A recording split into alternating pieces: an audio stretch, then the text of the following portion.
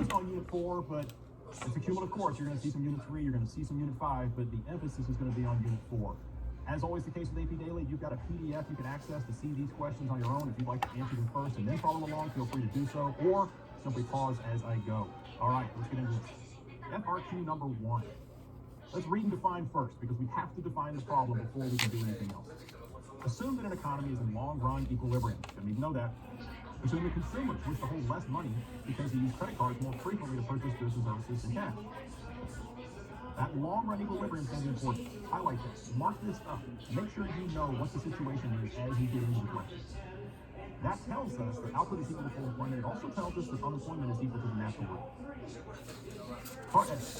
Draw a correctly labeled graph of the money market and show the effect of the reduced holdings of money on the equilibrium nominal interest rate in the short run. Now, something I'm going to do throughout these questions, I'm going to make sure that we highlight any verbs within the question, because that's what we have to do. In FRQ, you have to do something. You have to provide new information, you have to provide data, you have to provide graphs. So highlight that as you go. In this question, they're asking you first to draw. They're drawing the money market. Then they're asking you to show something. Show the effect of the reduced holdings of money. Now that was up in the prompt. That was where they said hold less money. Make those connections between the prompt and the question, the statement here that's telling you what to do. So we got to draw a graph, and then we got to show something. We got to show what happens in nominal interest rates as a result of the reduced holdings of money, and how that's going to affect the equilibrium. All right, so let's do this. What's that going to look like? It's going to look like a decrease in demand for money. That's what this is getting at. We're talking money market, money supply, and money demand. The correct answer, and on these slides you can see, I'm going to put the correct responses in blue. The correct response should have a correctly labeled graph of the money market with a leftward tip in the money demand curve, resulting in a lower nominal interest rate. Now, anytime you draw a graph, remember the acronym ACE. ACE stands for Axes, Curves, Equilibrium. Probably some of y'all out there probably have teachers that use this. It's a popular thing. I didn't make it up. Always check to make sure that you properly label your axes, your curves, and your equilibrium in every graph that you do. All right, moving on. Part B. Based on the change in interest rate in Part A, recall what that was, what will happen to each of the following in the short run? First, the price of previously issued bonds. Second, the price level and real income explained. All right, so for BI, no, it doesn't say explain. You don't have to explain it. You're just identifying what's going to happen. Is the price of previously issued bonds going to go up, going to go down, going to stay the same? Do we not know? Well, it was based on the change in interest rates in Part A. In Part A, interest rates decrease. If interest rates decrease, what's going to happen to the price of bonds? Well, we know from our learning over the course of the year, there's an inverse relationship between interest rates and the price of previously issued bonds. Therefore, the price of previously issued bonds will increase. That takes care of BI. Now, B double I, B2, what's going to happen to price level and real income? Explain. I've got to give a little explanation here. The question becomes, what do I have to help me answer this question? What connection, what concept, what graph or number or whatever do I have to connect interest rates to price level and real income? Well, there's really one thing that's going to show you change in price level and income, and that's the ADAS model. So use the ADAS model to connect interest rates to a change in price level and real income, and now you've got your answer. So your correct answer is both price level and real income will increase because the lower interest rate will increase consumption, investment, or net exports. Those are your interest and spending, and that's going to increase aggregate demand. Visualize that. You don't have to draw it for the answer here.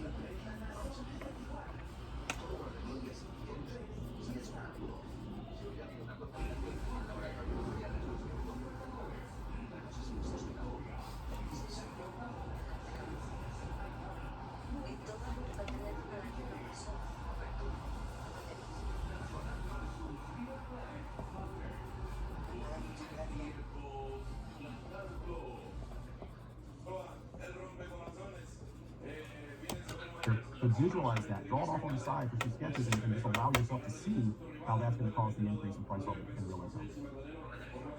On to Part C, again, focus on that original prompt. There's going to be something in there we need.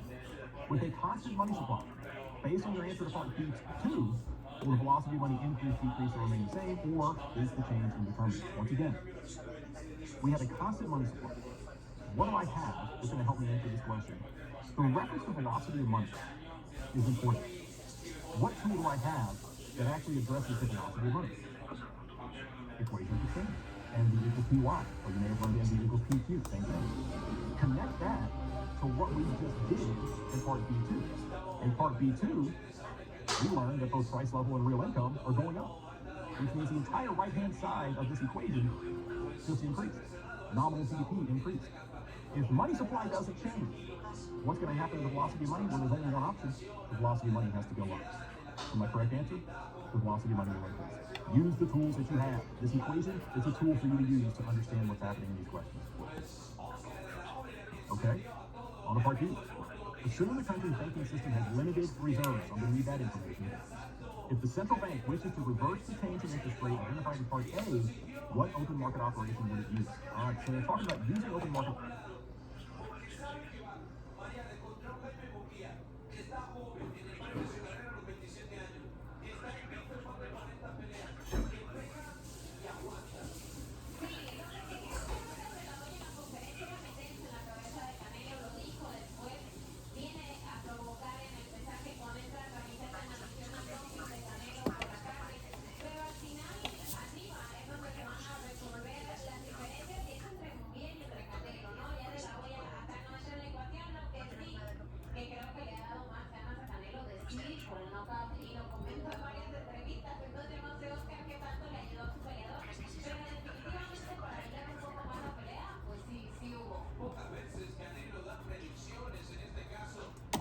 Operations to change interest rates. Is that even possible? Yes, it is. Because we have limited reserves, we automatically know that open market operations is effective. It works. What I would recommend, what I recommend in my students is anytime you see limited reserves in a prompt, just jot down a note, oh, no works. It is effective and it will have an effect on interest rates. So, we want to use open market operations to do what? Reverse the change in interest rates. So what was that change in interest rates? Well, interest rates fell because money demand increased. Now we want to reverse that. What type of market operation would they have to use? The central bank would have to sell bonds. Okay? Selling bonds, selling securities. All right, on to FRQ 2. Kuwait, an open economy, is currently in a recessionary output gap. Kuwait banking system has ample reserves. Okay, we're going to need to know that. Recessionary output gap, output is below full employment. Ample reserves, what does that tell us? It tells us that we're way out there on the reserve market graph. It also tells us that open market operations are no longer effective. Draw a correctly labeled graph with a long run aggregate supply, short run aggregate supply, and aggregate demand curves and show each of the following. Draw, as your verb, show is another verb. Learning German with Duolingo, Redstone, Babbel, and other popular.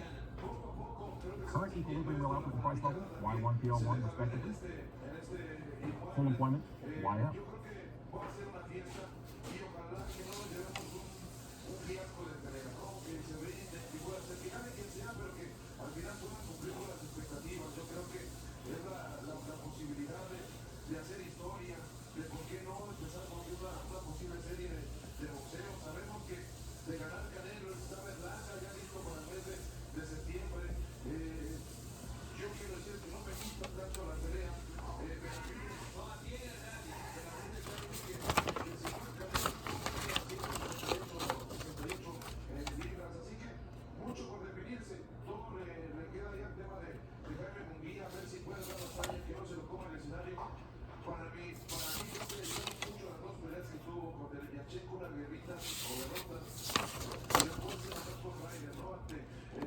This is a pretty standard question, pretty standard setup, goes back to Unit 3, and it's just making sure that you know how to draw the graph, and you know how to represent a recessionary output gap. You've got to have a correctly labeled graph of ADAS. Remember, ace your graphs, correct axes, curves, equilibrium, those are easy points. Your axes, price level, and GDP. Your curves correctly labeled, your equilibrium correct. In this case, that equilibrium is showing that we have a recessionary gap. Y1 is going to be over to the left of YF. All right, so that gets us started. Move on to part B. We still have that recessionary output gap. The central bank and government do not take any policy action to close the output gap. Do not take any policy action. That means we can't reference any kind of policy in any of the upcoming responses. We don't know what they're going to ask you, but we have a pretty good idea it's going to be related to long-run self-adjustment. Explain how the economy will adjust to full employment in the long run. In other words, they're at a recessionary gap. They're below full employment. How do you get back to full employment without policy? And then on your graph in part A, show how the economy adjusts to full employment in the long run. Looking for verbs, explain, that's a verb. You've got to write something out. You've got to verbalize what's going to happen. And then show, you've got to go back to your graph in part A and show the adjustment that you're explaining in part B on. So,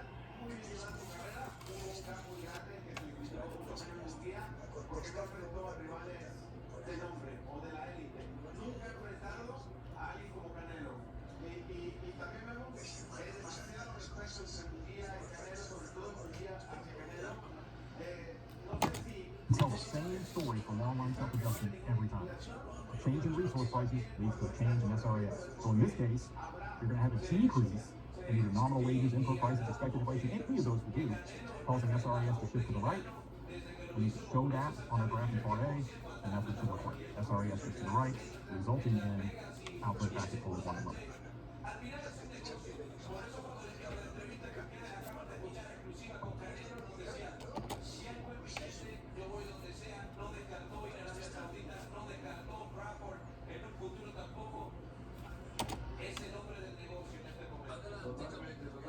On to part C.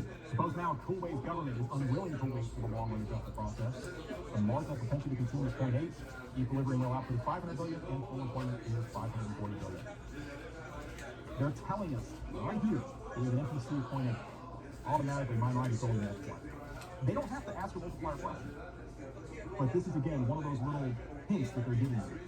I bet the multiplier is going to be involved. So just remind yourself, what are we dealing with here? How do we use the multiplier? What is the multiplier? Part CI, calculate, use the verb, calculate, the minimum change and indicate the direction of change if government spending requires to shift AD by the amount of the output gap. Show your work. It's important to show your work on it. So what do I need? I need to know the multiplier, and I need to know the desired change in aggregate demand. By how much are they attempting to change aggregate demand? The multiplier, spending multiplier in this case, is 1 over NPF. So it's 1 over 0.2, that's the same as 10 divided by 2. The spending multiplier is 5. By how much do they want to increase AD? They want to increase it enough to close the output gap. It's a negative output.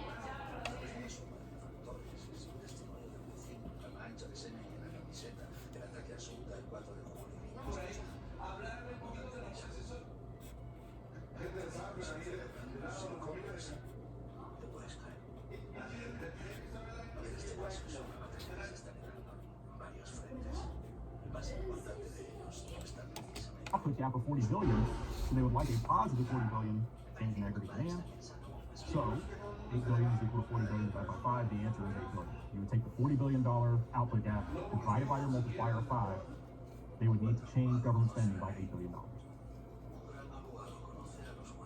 On to C2, we're still dealing with NPC, we're still dealing with multiplier questions, but in this case, now they want to change taxes to shift AD to close the gap. We need the same information because we have to calculate once again. In this case, if the tax question is the tax multiplier, that's going to be negative NPC over NPS, so negative 0.8 over 0.2, that's going to be negative 4. Our output gap's the same, a negative $40 billion output gap. So again, attempting to increase output by 40 billion to close the gap, that means that they would have to cut taxes by $10 billion.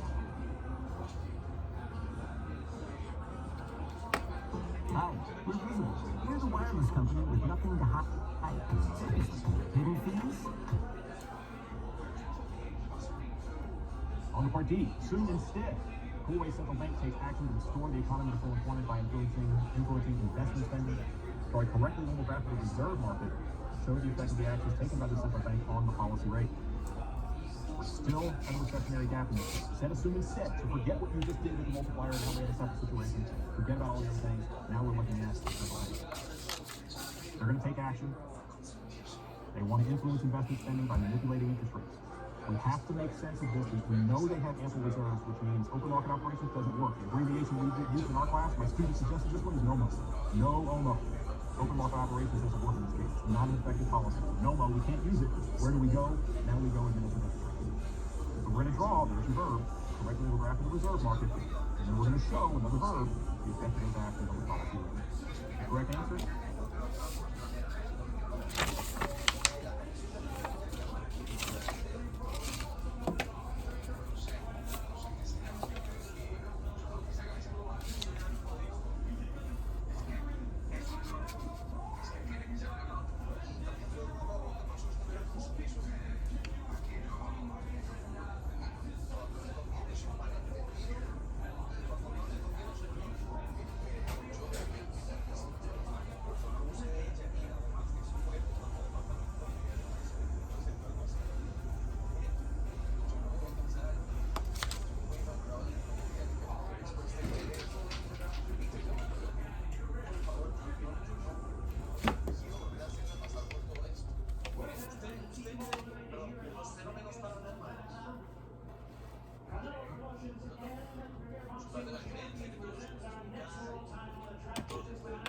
You're going to have a correctly labeled graph of the reserve market, and you're showing a decrease in administered interest rates as represented by a decrease in the upper and lower bounds of that demand curve. Remember, ace your graph every time. Axes, curves, equilibrium, every time. Okay, on to FRQ number 3. Interest rates are important in explaining economic activity. Using a correctly labeled graph of the money market, show how an increase in income level will affect the nominal interest rate in the short run. So,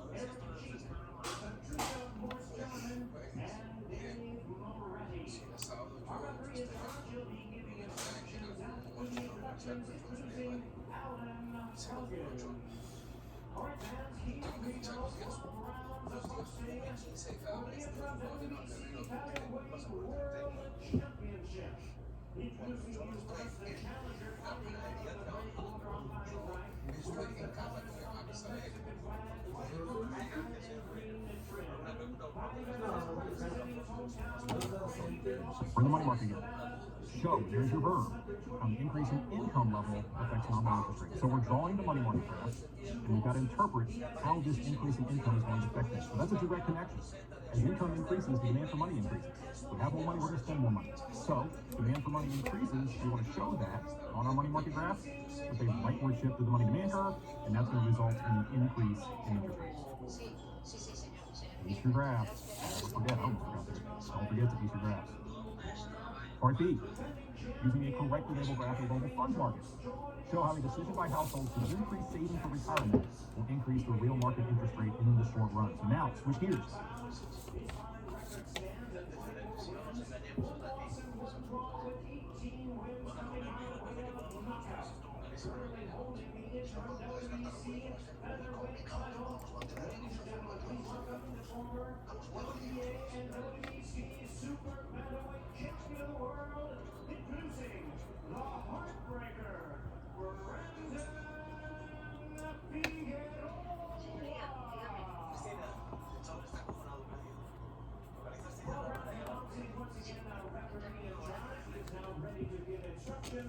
Your local funds market.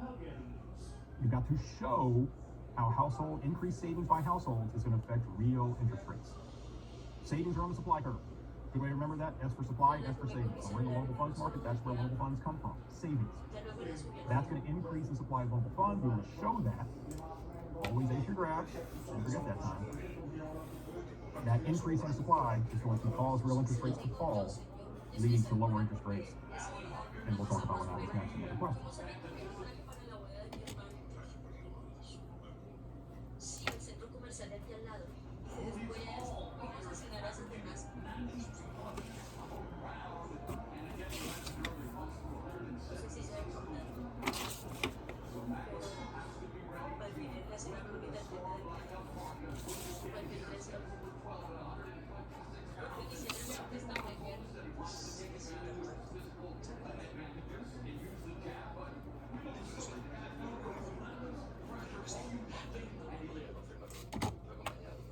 On to part C, suppose the nominal interest rate has been 6% with no expected inflation. If inflation is now expected to be 2%, determine the values of the following: new nominal interest rate, new real interest rate. You know where they're going as soon as they start the question with inflation and nominal interest rates. This is a Fisher equation question. You're going to need the ex ante, the before the fact, and the ex post version of that. In order to answer the first part of it with no expected inflation, our nominal rate is 6%. With no expected inflation, it's still 6%. With 2% inflation, it's now up to 8%. So the new nominal interest rate with your 2% expected inflation is going to be 8%. The new real interest rate, there doesn't appear to be anything that would cause a change in the real interest rate. The correct answer is 6%. This is a case where you just have to trust yourself in the work you do. Use your Fisher equation, understand the Fisher effect, and know nothing has happened here to cause a change in the real interest rate. We go back to 6%. Okay, I want to thank you for